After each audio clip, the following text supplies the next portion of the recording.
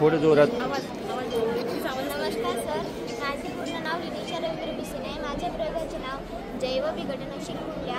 आपण नर्सरी रोपवाटिकांमध्ये काळ्या पॉलिथिनचा उपयोग करतात रोपटे तयार करण्यासाठी. तर ते रोपटे तयार झाल्यानंतर त्या काळ्या पॉलिथिनला आपण फेकून देतो, तर त्यांच्यामुळे पोल्युशन होतो.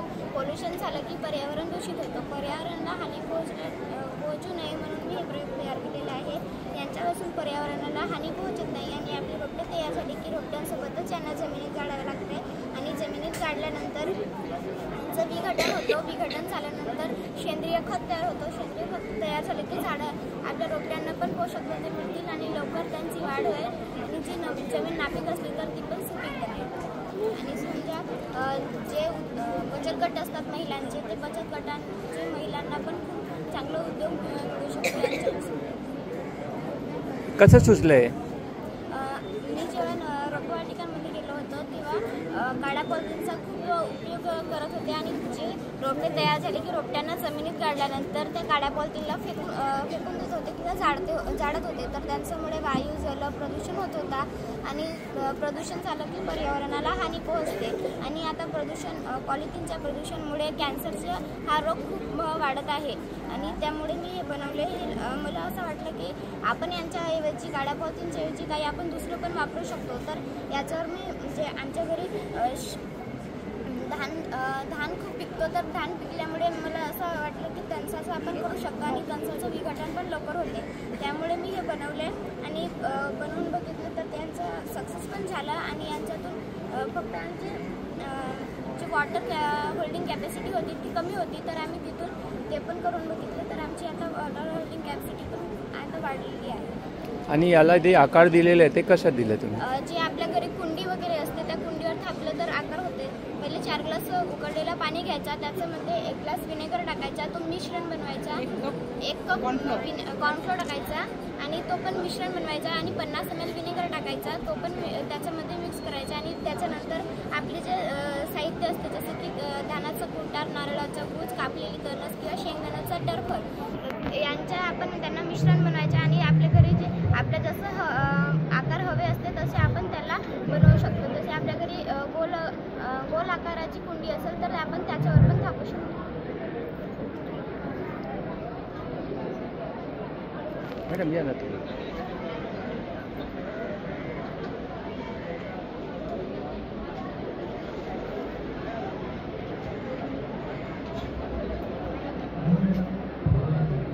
शाळा कुठली आहे?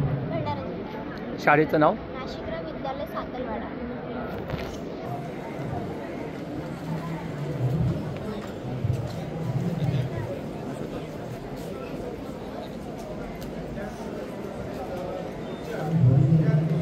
ओके, काय प्रोजेक्ट आहे? माझे नाव राजेंद्र. थोडं जोरात. उपकरणाचे नाव आहे बहुउद्देशीय काठी. तर या बहुउद्देशीय काठीचा उपयोग आहे साप, पिच्चू वगैरे यांच्यापासून संरक्षण करण्यासाठी काठी केलेली आहे. तर या काठीला आम्ही बजर बसवलेले आहेत. या काठीला आम्ही लाईट बसवलेली आहे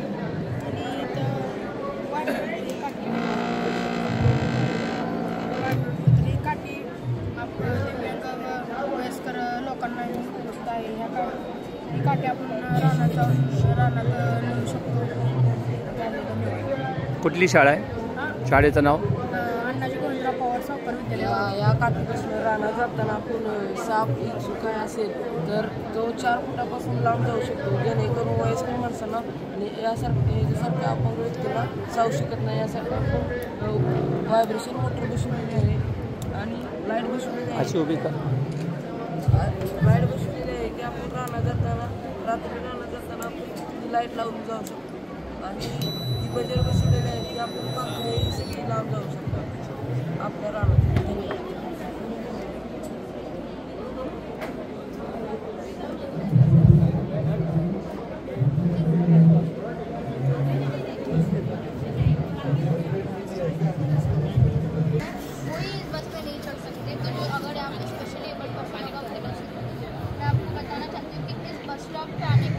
एक विद्यार्थी और स्पेशली एबल पर्सन एक सीख लेके जाता है, आई विल क्विट,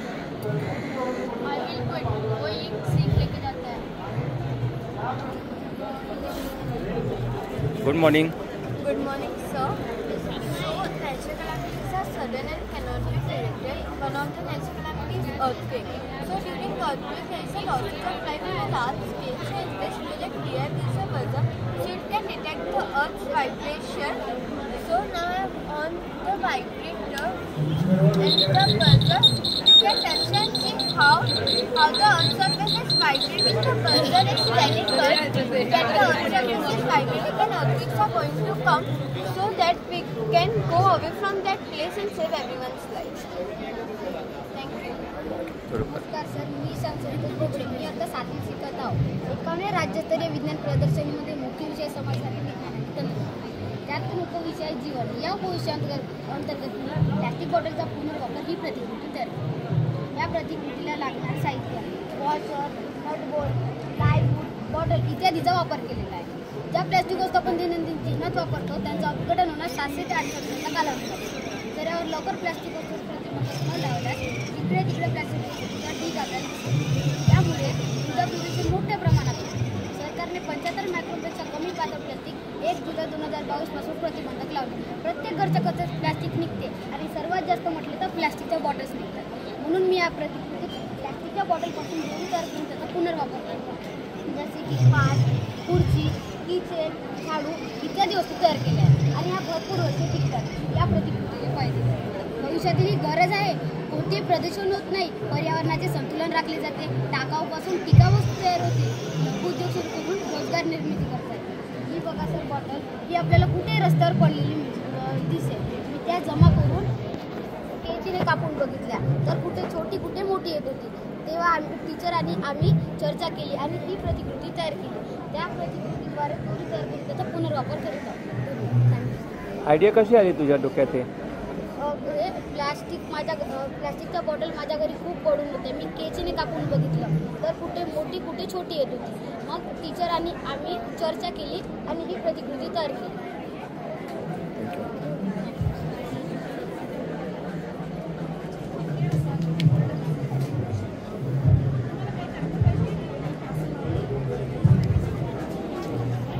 शाळेचं नाव काय? जिल्हा परिषद उच्च प्राथमिक शाळा पंचाळ.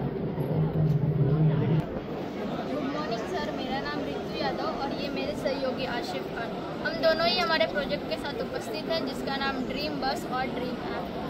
सर, जो मेरे सहयोगी हैं वो एक छात्र हैं जो कि प्रतिदिन पब्लिक ट्रांसपोर्ट का यूज़ करते हैं, जिसमें ट्रेन और बस दोनों ही शामिल हैं. सर, आप जानते होंगे कि ट्रेन में एक दिव्यांग डिब्बा होता है जो कि केवल स्पेशली एबल पर्सन के लिए होता है, जैसा कि आप इस चार्ट की मदद से देख सकते हैं.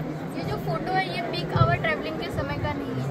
मैं आपको बताना चाहती हूँ सर कि इस डिब्बे में मेरे और आपके जैसे लोग बड़ी संख्या में सफ़र करते हैं, जिसकी वजह से स्पेशली एबल पर्सन का सफ़र मुश्किलों का सफ़र बनकर रह जाता है.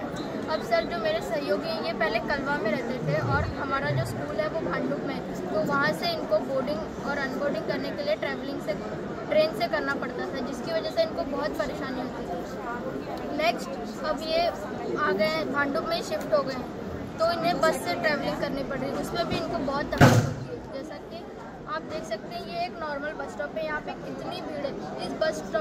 इस बस में ये नॉर्मल पीपल ही नहीं चढ़ सकते, तो अगर यहाँ पे एक स्पेशली एबल पर्सन खड़ा है तो उसको चढ़ने में कितनी तकलीफ होती है.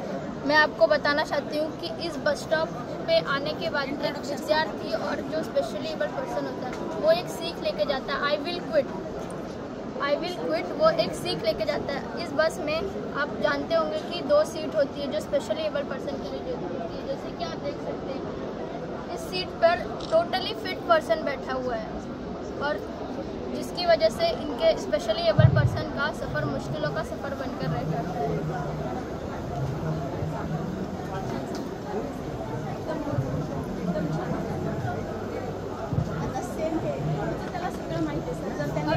जो आप सर देखें कि इस बस स्टॉप से लेके इस बस स्टॉप तक जो हमारी बस गई, ये सिर्फ इस बस स्टॉप से इस बस स्टॉप तक का सफ़र नहीं था, ये आई विल क्विट से लेके आई विल डू इट तक का सफ़र था. जो हमारी बस है वो उसमें कुछ इस तरीके से रैंप दिया हुआ है जो इस तरीके से खुलेगा, और जो हमारा व्हीलचेयर वाला पर्सन है वो इस तरीके से उसके अंदर जाएंगे. नेक्स्ट है ये ऐसे कुछ बंद हो जाएंगी. हमारे बस का सारा ऑपरेटिंग सिस्टम ड्राइवर के पास होगा, और हमने इस बस की तरह ही कुछ कैब बना रखी है, जैसे कि आप देख सकते हैं. इस बस का जो स्ट्रक्चर है वो सेम इस कैब की तरह ही है. यहाँ यहाँ पे जो 2 सीट दिए हुए यहाँ पे जो 2 सीट दिए वो व्हीलचेयर वालों के लिए है, और यहाँ पे जो ये सीट दी हुई है जो अदर स्पेशल एबल पर्सन है जैसे कि मेरे सहयोगी, ये उनके लिए। अब सर हमने इस बस और कैब के साथ एक ऐप भी बनाया है जो केवल स्पेशल एबल पर्सन के लिए, और जो भारत का एकमात्र पहला ऐप होगा जो अपनी खुद की बस के साथ आया होगा। जैसा कि सर आप देख सकते हैं, ऊपर करके दिखा हाँ, ऐसे सीधा करो। हमने ऐप बनाया है जिसका नाम ड्रीम ऐप है। सबसे पहले सर यहाँ पे पैसेंजर की information, name, address, phone number, और सर आप जानते होंगे कि जो स्पेशली एबल पर्सन होते हैं उनको गवर्नमेंट एक आईडी देती है। वो आईडी यहाँ पे डालने के बाद एक बार अगर आप रजिस्टर कर दोगे तो आपको रजिस्ट्रेशन दोबारा करने की कोई ज़रूरत नहीं। नेक्स्ट यहाँ पे अवेलेबिलिटी है। अगर आप यहाँ पे ग्रीन देख रहे हैं तो आप सीट बुक करेंगे, आपको बस में सीट मिल जाएंगी। नेक्स्ट है सर यहाँ पे ऑरेंज, जैसे हम ट्रेन में सीट बुक करते हैं तो हमारी कभी कभी सीट RAC हो जाती है तो बाद में कंफर्म होने के चांसेस होते हैं, तो ये भी कुछ उस तरीके से ही आपकी सीट बाद में भी कंफर्म हो सकती है। अगर रेड है तो कोई चांसेस नहीं। नेक्स्ट यहाँ पे है रूट टाइम टेबल, बस के ओरिजिन और बस के डेस्टिनेशन। नेक्स्ट यहाँ पे टाइमिंग दी हुई है कि बस कब कहाँ पे पहुँचेगी, कहाँ से निकलेगी। इससे जो स्पेशली एबल पर्सन है उनको एक हेल्प होगी कि अगर उन्हें कोई लेने के लिए आ रहा है या फिर कुछ काम है उनको, तो वो वहाँ पे उस समय पे आके रुक सकते हैं, तो उससे उनकी भी टाइम वेस्ट नहीं होगी और जो उनके साथ हैं उनकी भी टाइम वेस्ट नहीं होगी। नेक्स्ट है सर, हमने उसके कुछ पॉइंट्स बनाए। जब हम डिस्ट्रिक्ट लेवल में थे तो हमसे एक क्वेश्चन किया गया था कि आप मुंबई जैसी सिटी में इतना बड़ा बस स्टॉप कहाँ से लाएंगे। एक नॉर्मल बस स्टॉप बनाने के लिए बहुत जगह की आवश्यकता होती, मतलब बहुत कमी होती है जगह की, तो आप स्पेशली एबल के लिए इतना बड़ा बस स्टॉप कहाँ से बनाएंगे। तो हमने उनको ये कहा था कि अगर हम यहाँ से आगे जाते हैं तो हम उसका कुछ ना कुछ समाधान ढूंढ के लाएंगे। तो हमने उसका कुछ समाधान ढूंढा है, जैसे कि आप देख सकते हैं हम घाटकोपर से विक्रोली जा रहे हैं, तो हमने घाटकोपर से विक्रोली को 10 हिस्सों में डिवाइड कर दिया है। अब जो स्पेशली एबल पर्सन होगा जब वो टिकट बुक करेगा तो उसको ऑप्शन आएगा कि आपको कहाँ से बोर्डिंग करनी है, तो फिर वो ऑप्शन करने के बाद वो ड्राइवर के पास चला जाएगा। जब वो ड्राइवर उस रास्ते से जाएगा तो वहाँ से वो स्पेशली एबल पर्सन को पिकअप कर सकता है। इससे सर जो हमारी ये बस स्टॉप की प्रॉब्लम है वो सॉल्व हो गई। नेक्स्ट है सर कि आप जानते होंगे कि जो गवर्नमेंट होती है वो स्पेशली एबल पर्सन को पेंशन देती है, जैसा कि आप इस चार्ट की मदद से देख सकते हैं। जो 40 to 70% हैं उनको पर मंथ 1000 रुपीज़ देती है, और जो मोर देन 70 उनको पर मंथ 2000 रुपीज़ देती है। तो आप जानते होंगे कि आज के समय में हमारे देश में कितनी महंगाई है, तो 1000 रुपये में तो किसी का भी खर्चा नहीं चलने वाला है। आपको मैं एक उदाहरण देना चाहती हूँ। हमारे महाराष्ट्र में जो सिलेंडर है वो 900 to 1000 रुपीज़ है। अगर वो स्पेशली एबल पर्सन अपनी 1 मंथ की पेंशन से सिलेंडर बुक कर देगा तो वो उस पूरे महीने में वो अपनी बाकी की नीड्स कैसे पूरी करेगा। अगर वो अकेले तो उसको इतनी परेशानी, अगर वो अपनी पूरी फैमिली के साथ रहता है तो उसकी परेशानियाँ और बढ़ती है। मैं आपको बताना चाहती हूँ कि सर जो मेरे पेरेंट्स हैं, मम्मी और पापा, वो दोनों भी स्पेशली एबल पर्सन हैं, तो मैं उसको बहुत अच्छे से समझ सकती हूँ। नेक्स्ट है सर कि हमने ये कहीं से भी लिया नहीं, ये ना यूट्यूब, गूगल, कहीं से भी नहीं, ये हमारा खुद की सोच है, ये हमारी खुद की सोच है। और मैं आपको बताना चाहती हूँ कि अगर एक दिन किसी दिन भी गवर्नमेंट ने ऐसी एक भी बस सड़क पर दौड़ा दी तो उस दिन हम मानेंगे कि हमारी मेहनत सफल हो गई। थैंक यू सर हमारी बातें सुनने। स्कूल का नाम क्या है आपका? गुरु नानक इंग्लिश हाई स्कूल, भांडू, Mumbai. Name of my model is WALCD, meaning water end land cleaning device. ये पानी में गया तो बोट बन जाता है और जमीन में रहा तो क्लीनिंग का। पानी में जो भी गार्बेज डालते हैं लोग, जो भी फ्लोट होते रहता है, जो भी प्लांट सूखते हैं, जो भी अलगे सूखते हैं, उसे रिमूव करने का इसका काम है। ये पानी में जाने के बाद ये बेल्ट रोटेट होने लगेगा, इसके सामने जो भी गार्बेज आएगा ये उठा के यहाँ पे स्टोर कर लेगा और पानी में ऑयल गिर जाता है। तो ऑयल को अपन रिमूव करने का कोई भी डिवाइस नहीं है हमारे पास। पर हम रिसर्च करने के बाद हमें पता चला कि सीढ़ी में एक ऐसी मेटालिक लेयर होती है कि वो ऑयल को उसके ऊपर फ्लोट कराते हैं, इसलिए हमने यहाँ पे सीढ़ी लगाई है। सीढ़ी से क्या होगा, सीढ़ी रोटेट होने लगती है, इसके ऊपर ऑयल आ जाएगा। यहाँ पे हमने स्पंज लगाया, स्पंज ऑयल को एब्जॉर्ब कर लेगा। ये सीढ़ी रोटेट होगी, स्पंज एब्जॉर्ब कर लेगा ऑयल, और हमारे यहाँ रैलीज वगैरह निकलती है। रैलीज में क्या होता है, मेनी ऑफ गार्बेज इधर उधर फैल जाता है और उसको रिमूव करने के लिए मेनी ऑफ वर्कर्स लग जाते हैं और टाइम भी ज़्यादा लगता है, पैसे भी ज़्यादा लगते हैं। इसलिए ये डिवाइस वहाँ पे जाएगा, दोनों ब्रूम घूमने लग जाएंगे, ये वैक्यूम चेम्बर ऑन हो जाएगा, दोनों ब्रूम की मदद से दोनों साइड में झाड़ू भी मार दिया जाएगा। फिर वैक्यूम चेम्बर के पाइप के आगे जो भी गार्बेज आएगा वो उठा के यहाँ पे स्टोर कर लेगा। और इसमें जो बैटरीज यूज हुई है वो रिचार्जेबल बैटरीज है। अगर हम इसे सोलर पैनल जोड़ते हैं तो ये सोलर पे भी चल सकती है और ये कहाँ से भी कॉपी नहीं किया गया है, ये एक ही मॉडल है यहाँ पे। Thank you. तो रहता तो उसमें शीट ये घर पे थी, ये तो कहाँ पे भी मिल जाता अपने घर पे खेलते खेलते। और चेयर इस शीट से बनाई है। ये मोटर और नहीं क्या मोटर है और इसके जो व्हील्स है उसके लिए कॉस्ट गई है क्योंकि ये वेस्ट से बना है। ये टायर से गाड़ी है हमारे घर पे, उसके टायर्स निकले और ये जो यहाँ पे लगाया गया है वो हम कपड़े धोते वो ब्रश के वो तार निकल के यहाँ पे लगाया गया है। और ये बेल्ट है, ये रुमाल है, ये रुमाल से बनाया गया है। और ये पाइप घर पे वेस्ट वाला और ये बॉटल की कैप और ये घर पे स्टिक्स वगैरह आइसक्रीम स्टिक होती ही रहती है तो उसके वजह से तो इसलिए ये बनाया गया है। और ये सिर्फ बटन्स, बैटरी और मोटर्स के लिए कॉस्ट था। अच्छा, इसका एक बड़ा रूप जो एक्चुअल में वर्किंग करे उसका कुछ आपने कॉस्टिंग की है कि कितना कॉस्ट आ जाएगा? नहीं, वो तो कॉस्टिंग वगैरह नहीं किए है, पर अगर मॉडल हम बनाएंगे तो वो ज़्यादातर सामान अच्छी क्वालिटी का और वेट से बनाएंगे।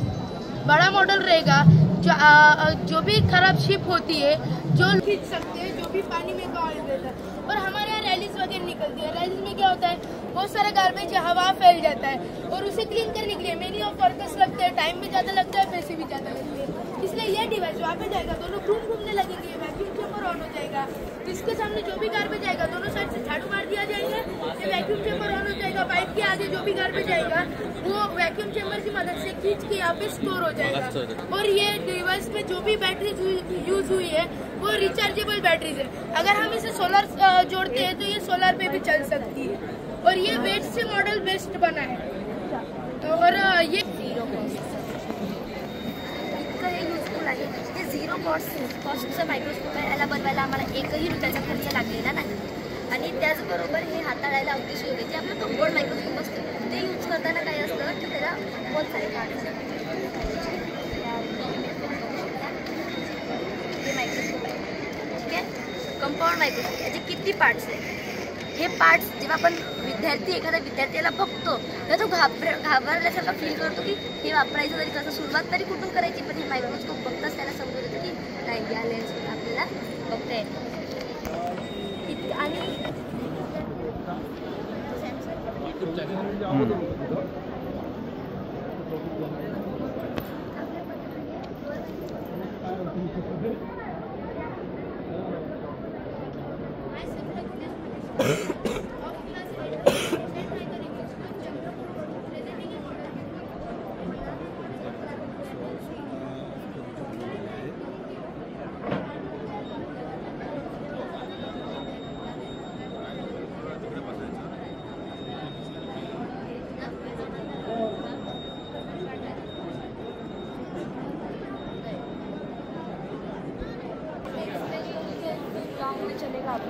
लॉन्ग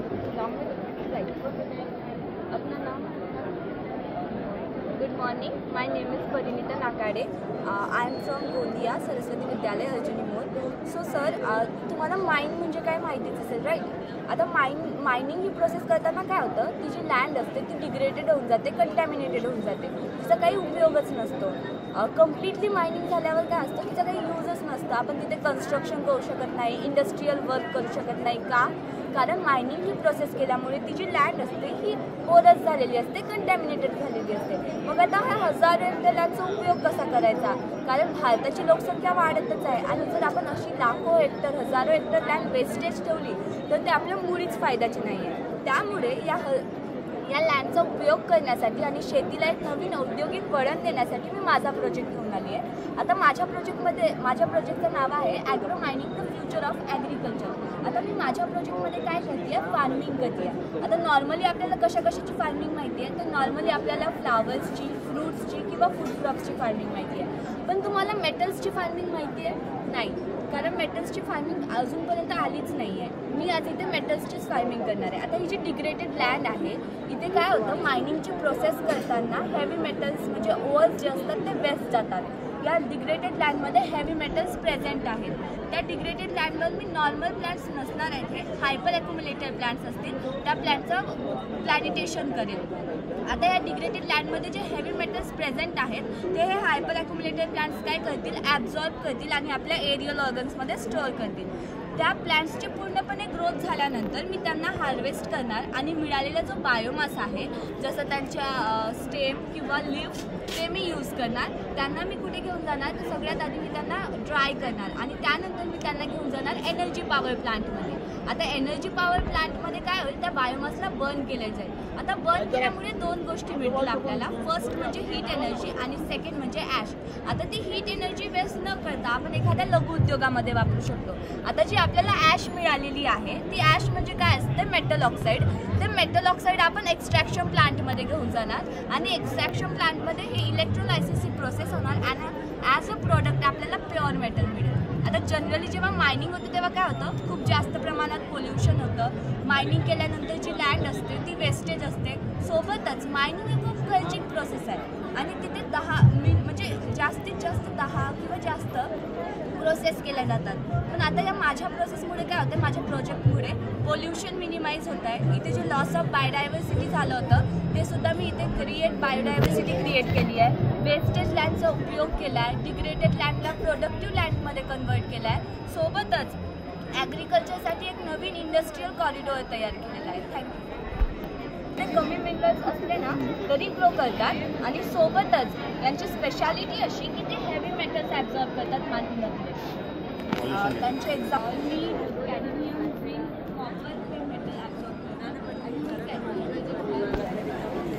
ये आइडिया आपको कहाँ से आई?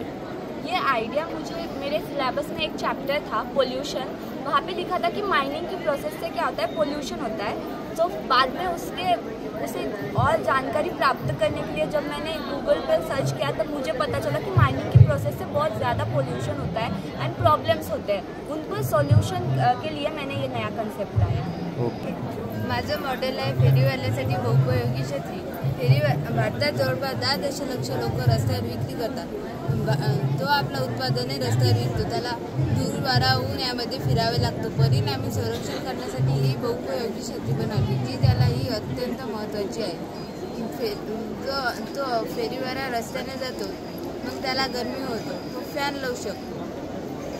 हा फॅन लागतो इथं आणि अंधार झाला तर तो लाईट लावू शकतो. त्याला बोलण्याचा त्रास नाही झाला पाहिजे, त्याच्यासाठी स्पीकर आहे. Welcome to OUD. Let's change the world. 10 असा बोलू शकतो. आणि त्याला मोजण्यासाठी, फळं मोजण्यासाठी वजन काटा आहे आणि फळावर भाज्यांवर धूळ नाही बसलं पाहिजे त्याच्यासाठी हे आहे, प्लॅस्टिक आहे. आणि मोबाईल चार्ज करण्यासाठी चार्जर आहे. हे चार्जर फक्त सोलार प्लेटवर चालतं. सर्व हे सोलार प्लेटवर चालतं. आयडिया कशी सुचली तुला ही? हे आम्ही मॅडमचं पुस्तक वाचलं, त्याच्यात मग कुठलं पुस्तक? ते एक पुस्तक होतं मॅडम. अच्छा, म्हणजे तुमची जे शिक्षिका आहे त्यांच्याकडे एक पुस्तक होतं, त्या ओके. ते वाचल्यानंतर तुम्हाला हे आहे सुचली की असं काहीतरी केलं पाहिजे. मग आम्ही ते आयडिया मॅडम दिला सांग. काय नाव होतं? नलिनीताई गुजराती मॅडम. ओके. आणि तुमची शाळा? यशोदा माध्यमिक विद्यालय चंडीगपूर.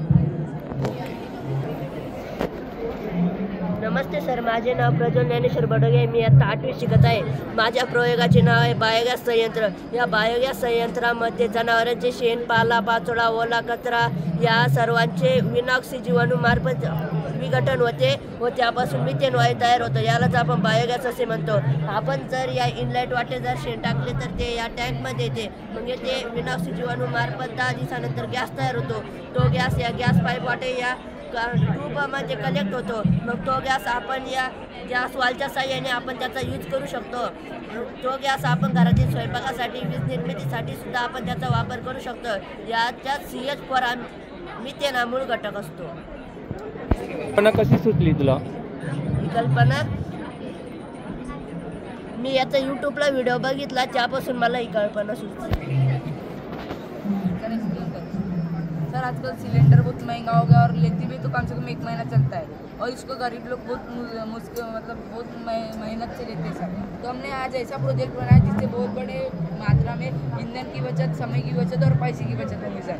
नॉर्मल घर में खाना पकता है सर, कोई भी गंज बर्तन में हम खाना पका सकते हैं, पर अभी हमने कुकर का यूज़ किया क्योंकि कुकर में कम गैस में जल्दी खाना पकता है.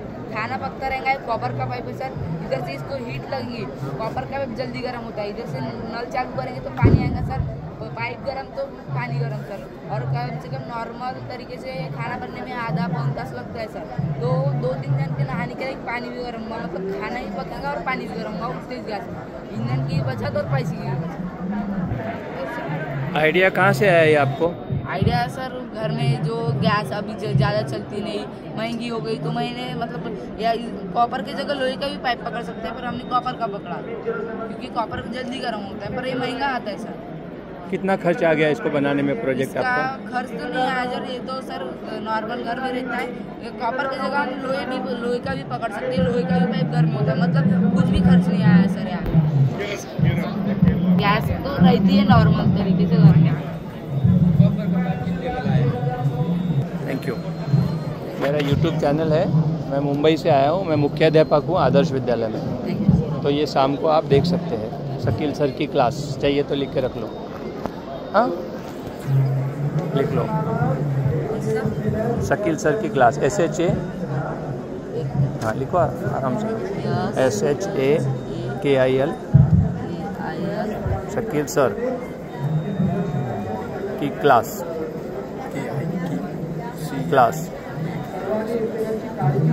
रात को 9 बजे आएगा, ये देख लेना. ठीक है.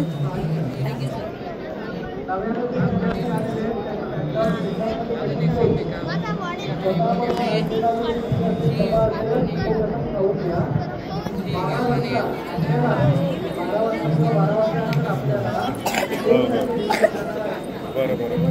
कसं मी पाहतो मी आता. एक्सप्लेन करोगे बेटा?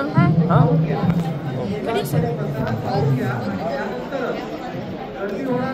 Okay start. मेरे इसका मुख्य उद्देश्य है कि अपारंपरिक ऊर्जा से पर्यावरण की रक्षा करना. जैसा कि हमें पता है दिनों दिन वाहनों की संख्या बढ़ती जा रही है और जितने वाहन बढ़ेंगे उतना पेट्रोल, डीजल, कोयला ये लगेगा. ये एक जीवाश्म है, ये एक सीमित मात्रा में, इसलिए ये एक न एक दिन खत्म हो जाएंगे. इसलिए मैंने ये EV चार्जिंग लगाने का निश्चय किया था और मैंने यही मॉडल बनाया, इसी की सोच का मॉडल बनाया. जैसे कि हमें पता है EV गाड़ियाँ बढ़ रही है, उनको चार्ज करने के लिए इलेक्ट्रिसिटी लगेगी जो जनरेट होती है कोयले से, और कोयला भी जीवाश्म है, इसलिए कोयला भी एक न एक दिन खत्म हो जाएगा. इसलिए मैंने सोलर एनर्जी और विंड एनर्जी का प्रयोग किया. यह कभी खत्म नहीं होगा, यह अमर है. इसलिए हमने इसकी इलेक्ट्रिसिटी ये पावर हाउस में जमा की और पावर हाउस से जो इलेक्ट्रिसिटी जमा होगी वो हो जाएगी अभी अपने पावर स्टेशन में, और पावर स्टेशन से हम ये गाड़ियाँ चार्ज कर सकते हैं. और ये लोग इसे क्यों नहीं EV गाड़ी क्यों नहीं खरीद रहे ज़्यादा, क्योंकि ये ज़्यादातर EV चार्जिंग स्टेशन नहीं है, वो लोग चार्ज करने के डर से इसको नहीं खरीद रहे.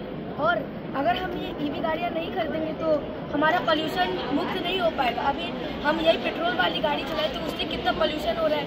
कार्बन डाइऑक्साइड, कार्बन मोनोऑक्साइड जैसे जहरीली गैसें निकलती हैं, जिससे हमारा पर्यावरण ये दूषित हो रहा है. अगर हम EV गाड़ी चलाते हैं और तो हमें इसका ज़्यादा खर्चा भी नहीं आता है, और अगर हम EV गाड़ी चलाएं तो हम पोल्यूशन मुक्त हो सकते हैं और हमारा जो देश है वो पोल्यूशन मुक्त हो सकता है, और ये EV गाड़ियों को बढ़ावा भी मिलेगा इससे.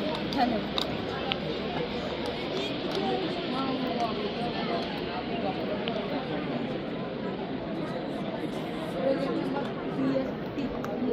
आपका नाम क्या है बेटा? मेरा नाम आशीष. स्कूल का नाम? जिला परिषद हाँ जी वल्ली बोल तुला आता ते सादरीकरण करायचं ते सांग त्यांना. नमस्कार, माझे नाव उमेश माझे ते बोल काय अडचण नाही, बोल तुला म्हणतो त्याचे. नमस्कार, माझे नाव उमेश माझे उपयोगाचं नाव जर एनएचे पाक आहे. मी एनएचे पाका सोसायने बने आहे ज्यामध्ये मी गणेश सूचकात आणि गणेशच्या सामग्री यातनी बने आहे. दोन्हीच्या गणेशच्या गुन्ह्याचे रूपांतर ते आगाचे जे माझ्या वास्त्याचे पाणी आलं पाणी आलेलं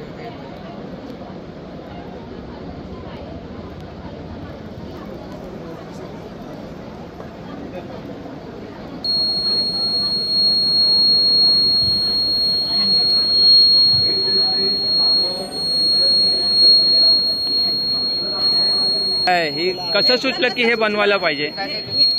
हे तुला कसं सुचलं याची कल्पना? कान बदलेल त्याचे काय झालं, त्याचं कॉईल खराब झाली काय सांगू द्या त्याला सांगू द्या काय नाही. ते म्हणतात की तुला हे बनवायचं कसं सुचलं? आपण हे बनवलंय ना, मग कशामुळे बनवलेलं आहे, का बनवलेलं आहे, आपण कशामुळे बनवलेलं आहे, आगीपासून होणारं जे मोठं नुकसान आहे ते टाळण्यासाठी आपण हे बनवलेलं आहे. आगीपासून होणारं मोठं नुकसान टाळण्यासाठी. माझे नाव श्रद्धा तानाजी पवार. माझ्या प्रोजेक्टचे नाव सौर ऊर्जेवर चालणारी बस. तर मी थोडक्यात माझ्या प्रोजेक्टबद्दल सांगते की इंधन आता साठा संपवायला लागला आहे ना, इंधन साठा.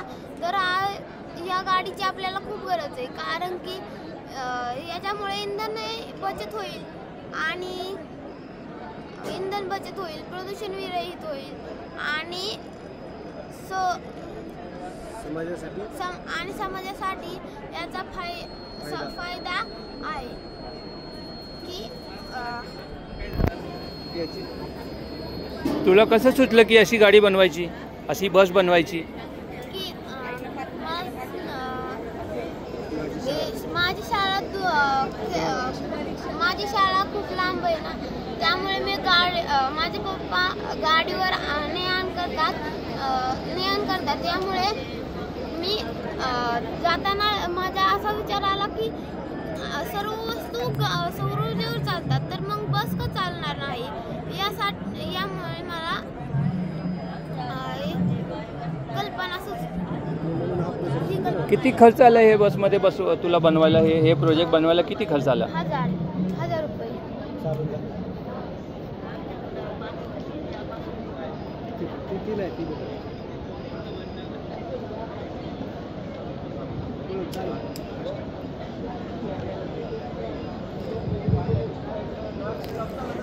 कुठली शाळा कुठली? तुझं नाव सांग.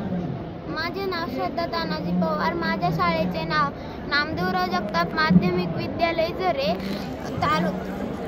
तालुका करमाळा, जिल्हा सोलापूर.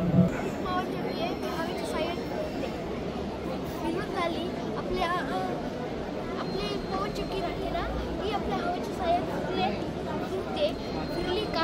फिरली का गतिमान ऊर्जा होते.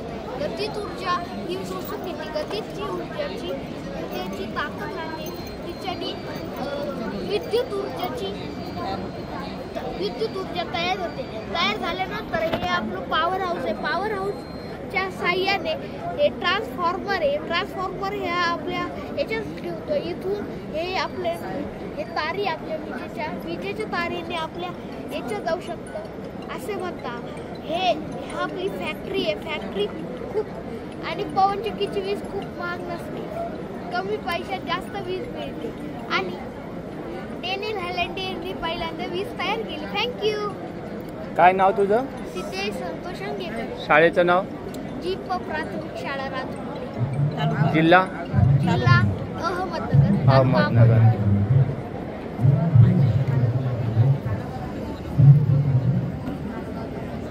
थँक्यू.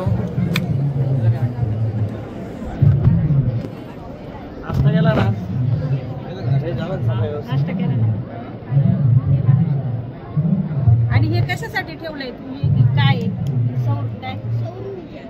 आता या वर्षी सरकारने खूप चांगलं काम केलं आहे. दिव्यांग विद्यार्थ्यांसाठी सेपरेट प्रोजेक्ट केलेला आहे. ऐका ना, नगर जिल्ह्यामध्ये आम्ही अकोले तालुक्यात पहिल्यांदा मी डेअरी केलं की रजिस्ट्रेशन केलं. खूप चांगलं काम झालेलं, कारण दिव्यांग विद्यार्थी हे विचार करायचा बाबा तो तिथे जातो आम्हाला शिक्षक घेऊन जातात नाही. आणि शिक्षकांची इच्छा असते की बाबा हा आमच्या वर्गातला हुशार विद्यार्थी आहे, पण काहीतरी आपली हे असते ना, कुठे तर त्यांचे पालक असतात, ते सांगतात बाबा घेऊन जाऊ नका, माझ्या मुलाला काय झालं तर. बरोबर की नाही? पण पालकांची त्याचे वडील कामाला जातात. सर्टिफिकेट आणलं, सगळी प्रोसेस केली. म्हटलं माझ्या जबाबदारी मी देते, मला तिथपर्यंत त्याचा इतका आनंद तुम्ही गणित होणार आहे का तो पुढे काहीतरी होऊ शकतो. त्याला व्हिडिओ दाखवायची. हां, सगळं कळतं. ब्लॉग कोणता आहे, चॅनल कोणतं आहे? हां, माझं चॅनल आहे शकील सर की क्लास. हां, आता टाकणार ना ते चॅनल. ठीक आहे, त्याच्यावरती टाकणार. कालचे पण व्हिडिओ टाकले मी. हां, मी मुख्याध्यापक आहे मुंबईला, घाटकोपरला आदर्श विद्यालय. आणि मला फक्त विद्यार्थ्यांबद्दल एकदम आवड आहे, म्हणून एज्युकेशनल काही असलं तर तिथे मी जातो. रजाची वर्षापासून या प्लॅटफॉर्म तयार झाल्यामुळे खूप आनंद झाला. जो मायक्रोस्कोप असतो आपला तो खूप कॉस्टली असतो, म्हणून जसं जिल्हा परिषद शाळेमध्ये तो उपलब्ध नसतो, तर जे जिल्हा परिषदचे जे मुलं आहेत ते सूक्ष्म पेशींचा व जीवाणूंचा अभ्यास नाही करू शकत. तर म्हणून आम्ही प्लास्टोस्कोप अगदी कमी खर्चात त्याची निर्मिती केली. आम्हाला याला बनवायला फक्त एक लोखंडी स्टँड लागलेला आहे. या 2 बॉटल आहेत त्या अगदी खराब झालेल्या, आणि या 2 बॉटलला अगदी मधामधून कापलेलं आणि यात फेमिकॉलच्या साह्याने न्यूजपेपरला चिकटवलं आणि यात काळा रंग केला. काळा रंग यासाठी की जे सूर्यप्रकाश आहे ते आत नाही आले पाहिजे. अगर ते आत आले तर आपल्याला ती इमेज दिसणार नाही. मग याला एकात एक असं फसवलं आणि मग या बॉक्समध्ये लाईट आहे, बॅटरी आहे, वायर आहे, रोध आहे आणि फोकस आहे. लाईट चालू बंद करण्यासाठी इथे बटन पण दिलेले आहेत. आणि हा प्लास्टोस्कोप अगदी अंधारातही काम करतो. सूर्यप्रकाशात काम करावं म्हणून आम्ही इथे आरसा दिलेला आहे. आरशातून प्रकाश आतमध्ये जावा म्हणून इथे पेरिस्कोप फिट केलेला आहे. आणि याचा उपयोग सूक्ष्म पेशींचा जीवाणूंचा अभ्यास करण्याकरिता. कुठली शाळा? नागपूर. नाव काय? भूमिका अनिल चौधरी. ओके. कसं सुचलंय ते? सरांनी आम्हाला प्रोजेक्ट दिला होता की तुम्ही हे बनवा. 8 जणींनी बनवला होता, तर त्याच्यातून मला आयडिया आली तर मी हे बनवलं. ट्राई करते हैं तो बच्चों को ब्लैक बोर्ड का जो होता है नीचे का पार्ट वो इजीली दिखाई नहीं देता, और जो ब्लैक बोर्ड पर लाइट रिफ्लेक्शन होता है उसकी वजह से तो बच्चों को दिखाई नहीं देता, और उसकी वजह से बच्चों में इन्फेक्शन बहुत फैलता है. और इसलिए मैंने अपना प्रोजेक्ट बनाया. मेरे प्रोजेक्ट में जो नीचे का पार्ट है वो ऊपर जाएगा, तो नीचे बच्चों को या जो बच्चे हाइट से छोटे मेरे जैसे ये जो अब नीचे का पार्ट है वो ऊपर जाएगा तो उन्हें इजीली दिखाई देगा. और लाइट रिफ्लेक्शन होता है तब बच्चों को नहीं दिखाई देता.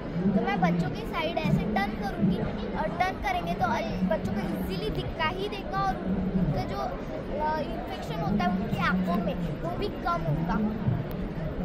और कभी कभी क्या होता है, जब सर मैथ्स पढ़ाते हैं तो मैथ्स बहुत बड़ा होता है, आप जानते हो. तो मैथ्स एक ब्लैक बोर्ड पर नहीं आता, उसे रफ करना पड़ता है, दोबारा लिखना पड़ता है. इसलिए मैंने 360 डिग्री में उसका कट कर डाला, और यहाँ भी लिख सकते हैं. और मैंने यहाँ कॉलम्स ग्राफ निकाला है, इसकी वजह से ड्राइंग टीचर ड्राइंग निकाल सकते हैं, ग्राफ टीचर ग्राफ, और मैथ्स टीचर ग्राफ अच्छे से समझा सकते हैं. क्योंकि बच्चे क्या होते हैं, एक लाइन उतर जाती है सर की, तो बच्चे भी वैसे ही ड्रॉ करते हैं और बच्चों को ग्राफ समझ में नहीं आता. इसलिए मैंने ग्राफ बोर्ड भी तैयार किया यहाँ. और छोटे मोटे स्कूल्स होते हैं, छोटे मोटे स्कूल्स में प्रोजेक्टर अवेलेबल नहीं होते, और उनके लिए पॉसिबल नहीं है, और उसके लिए और एक अलग तैयार करनी पड़ती है, जो दीवार तैयार करनी पड़ती है, वो भी पॉसिबल नहीं होता उनको.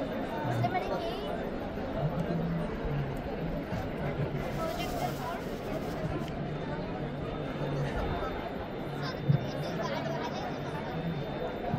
नाम क्या आपका? मेरा नाम त्रिवेणी बालकृष्ण सर. स्कूल का नाम?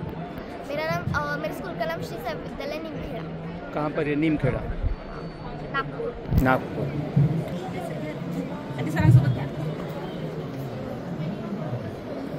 कुठली शाळा आहे सर? नाव सांग बाळ. सर माझे नाव ईश्वरधन मार्लेराव देशमुख. माझी शाळा श्रीराम लातूर जिल्ह्यातून श्रीराम विद्यालय रेणापूर. ओके. डिस्ट्रिक्ट लातूर. आणि माझा प्रयोग फर्स्ट एड किट हा आहे. दाखव.